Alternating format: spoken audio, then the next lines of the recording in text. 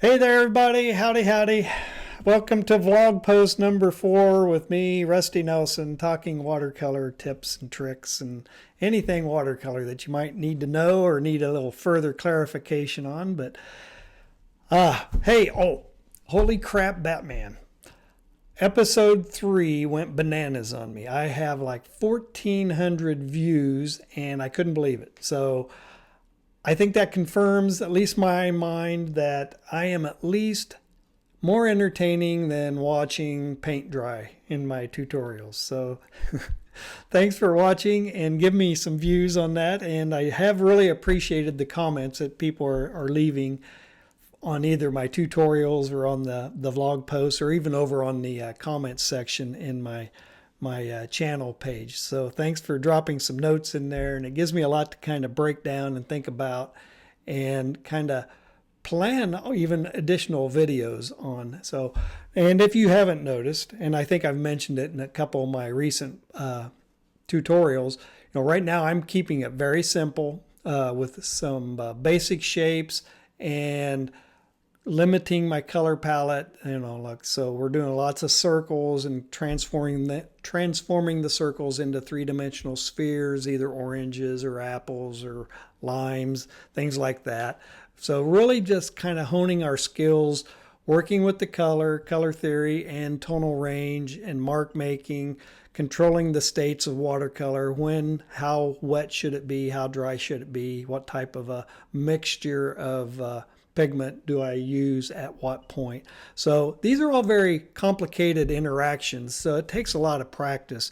And I know that I can, when I'm doing the tutorials, that it can look pretty easy, and it, for me, it is, because I spent enough time practicing those things and doing it till like second nature. But then that's the trap I have to be leery of, is that it becomes such second nature that I can't remember or don't break it down far enough for a beginner who is struggling with certain things. And that's really kind of the couple of the main comments that I see on what I've written down from the last week. Again, it's dealing with trying to do the transitions, tonal transitions or hue transitions across that circular shape to create a three-dimensional form.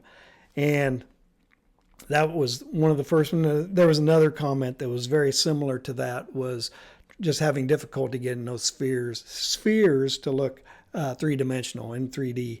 So here's a couple of things in regards to that, and that being, if you're trying, because I also dropped some drawing tutorials this last week. So it's about mark making, line as value, that mass mark is a very similar thing to what you're doing with the watercolor with a hue, trying to get a saturated color to a less saturated color.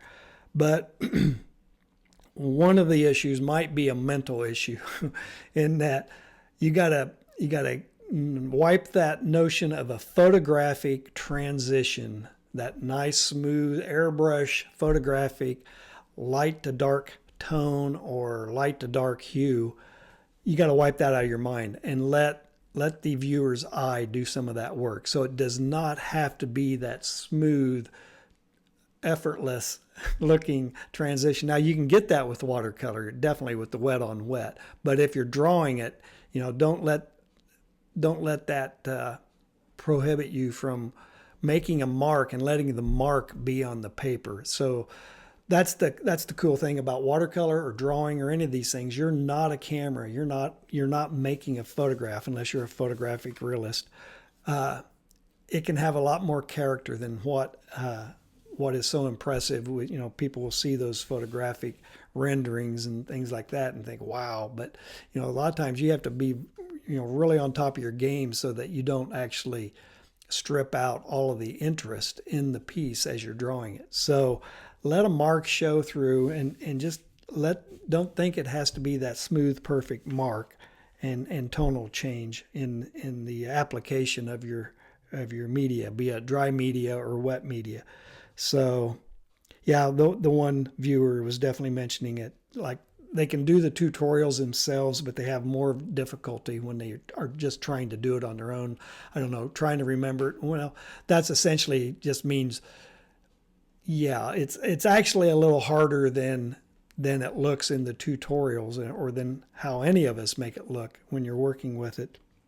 And that just is a matter of practice. Just get in there and practice. I tell my students all the time in my drawing classes or my watercolor classes that you just simply have to practice and do it again and do it over and over and over and draw until you puke. So you'll be getting really kind of frustrated, and don't let it frustrate you. It's just the process. You have to walk your way through these things until it finally clicks, and you're developing that muscle memory, that hand. I call it the hand of convincibility, and you make it look easy at that point. So you don't have to work it. And that's one thing. If it feels like you're overworking it, you probably are. So practice it. If you overwork it, scrap it, do another one, and move on to the next cube, the next sphere, the next cone, whatever it is you're drawing. Let's see here. Yep. Oh, and there was a couple of comments from people who are kind of excited or patiently waiting for more advanced tutorials. I think I might have mentioned that in the last tutorial or in the last vlog post, that I'm intentionally starting very slow with the tutorials at a very beginner level, working with the beginner paints and the beginner papers and everything. Mainly just to give me a little time to get up to speed and being able to do it well enough on camera that I can then start doing the more intermediate and advanced tutorials. But it's also mainly through the comments everybody's giving me, I'm realizing I need to break down my assignments, essentially, is how I'm viewing them. These are essentially the assignments I do for my intro to the watercolor class. And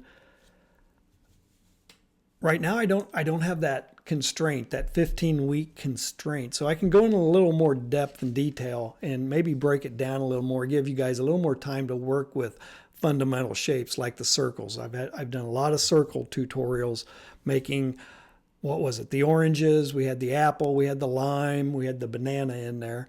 I'm going to be dropping a cherry tutorial this coming Saturday. What else did I do? I did a bird. Oh, that's right. The bird was an oval shape. So anyway, I'm just taking my time and really kind of giving you a full range of experiences with those basic fundamental shapes. I'll do some with squares coming up as a base shape that will develop some other types of objects and still lifes to work with, and move in over to transitioning into more complex scenes where ultimately, and I think maybe, and I can kind of tell from the search algorithms and everything in YouTube that people are really interested in landscapes. I can kind of see that as a popular topic, but landscapes are a pain in the ass. They can be a big frustration. So it's better if we can get our fundamental skills and aesthetics built with these simple shapes and simple still lifes first. And I normally typically wait to work landscapes into, if I was doing a 15-week course, it's about probably midway through the course before we really get it heavily into a landscape. And that goes also for people. If you want to start working faces and people, portraits, things like that, that's typically towards midpoint or past midpoint in the course of a semester when I start introducing those subject matters. So we're still if we're equating this to a semester, even though a whole semester has gone by and this is our finals week this week, I can take a little more time with YouTube and develop these basic skills so that when we do get to the more complex scenes and subject matters, you'll have a better base, I think, than what the students in a 15-week semester course will have before I throw them into the deep end of the pool and start working with the complex scenes. So be patient and keep practicing, and don't get bored. Just chalk it up as you're building that vocabulary, that visual vocabulary, and that muscle memory on the techniques and things that you're wanting to do. Get out again. I think I've mentioned this. Get out onto Instagram or even Pinterest. Find people that you like their style. Not everybody likes the same things. So find artists who are doing things that you really enjoy and like the way they do it, and break it apart and see if you can mimic or replicate or use their style as a jumping off point for your own artwork. So, copying it isn't a bad thing. You're figuring out how that artist went about creating their artwork. So definitely don't constrain yourself. There's really no rules. You can do about anything. And if you're at that point where you're still learning how to draw and get the shapes right freehand, if you can't do it yet freehand, then cheat. Get your printout of your subject matter and rub some charcoal or some graphite on the back of it and just simply trace it onto your watercolor paper. That way you at least know the drawings right, and you can focus in on working with just the watercolor and all the issues that brings to bear. So yeah, let's see here. And yeah, remember, the failure is good. That's the hard thing, I think, getting the students in my watercolor class to understand that, these failures that you're having, you just learned something. And you can chalk each one of them up to experience, to the point that one of these times, the clouds will part, and the rays of the sun will strike you on the head, coming down, because all of a sudden you now understand. The sense of awareness has finally struck, and it'll happen if you work at it and be persistent and don't give up. So definitely starting to work with a sense of space and depth and form in some of the tutorials. So there are so many layers of things that you have to be able to kind of juggle and make decisions about, on the fly when you're trying to work with watercolor. And I think maybe that's why a lot of people think that watercolor is so hard, is that it is you have that very limited window of what you can do at a certain state. And once it's dry, yeah, you can fix it, but there's times that you just have to get it right when you first start applying it. So that's definitely where the practice comes in. So I'm looking up, we're almost 12 minutes in, so I've been babbling pretty good here. Let's see. And this goes back to the other guy's comment about I don't know if you guys want me to give shout outs to you or not if you're making comments. I can definitely do it. I wrote down who the comments are from this time, so I got to remember to look at the camera. But definitely let me know if you want to be shouted out. Some do, some don't probably. But let's see, where is it? Oh, yeah. The person said he had gone away from painting with watercolor. He had gotten up to an intermediate stage, dropped out, didn't do it for a while, and then came back. It's kind of struggling to get up to speed again. And that just leads me to remind you that these skills are perishable if you're not constantly working with them. And it doesn't have to necessarily be daily, but at least, every other day, 3 times a week, 4 times a week. That would be great. That would keep your skills, I think, constantly progressing if you work that often. And it doesn't have to be long either. It may be a 30-minute session, half-hour session, and also practice your little exercises. Do little doodles and things before you get started on an actual piece. So practice on some of these little quick still lifes, and you want to do a better one, a bigger one. Practice the little doodles first and warm up and get your mind shifted, your brain shifted correctly into the right hemisphere of the brain. So do that, and that's good tips. Let's see here. But anyway, yeah, I'm coming up on the end of my time session, and I just wanted to, thank you again for all the views on episode 3. That was stunned that sucker went bananas the way it did. So, and it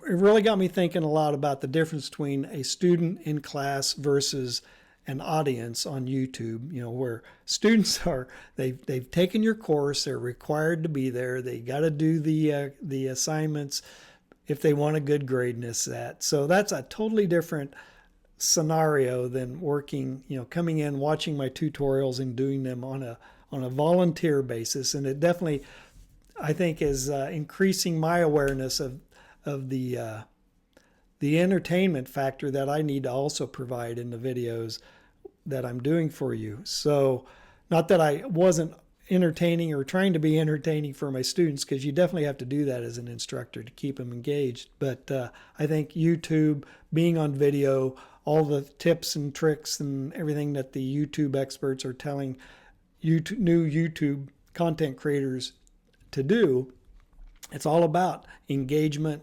and that's the key word even on the education side, the teaching side at the university. So bear with me as I am improving my skills in all things YouTube and watercolor. So I guess I can walk and chew bubble gum at the same time. So, but again, thank you again for watching, and please give me a like if you like this kind of content. If we'll see if number 3 was a fluke or not, or if this one does as well.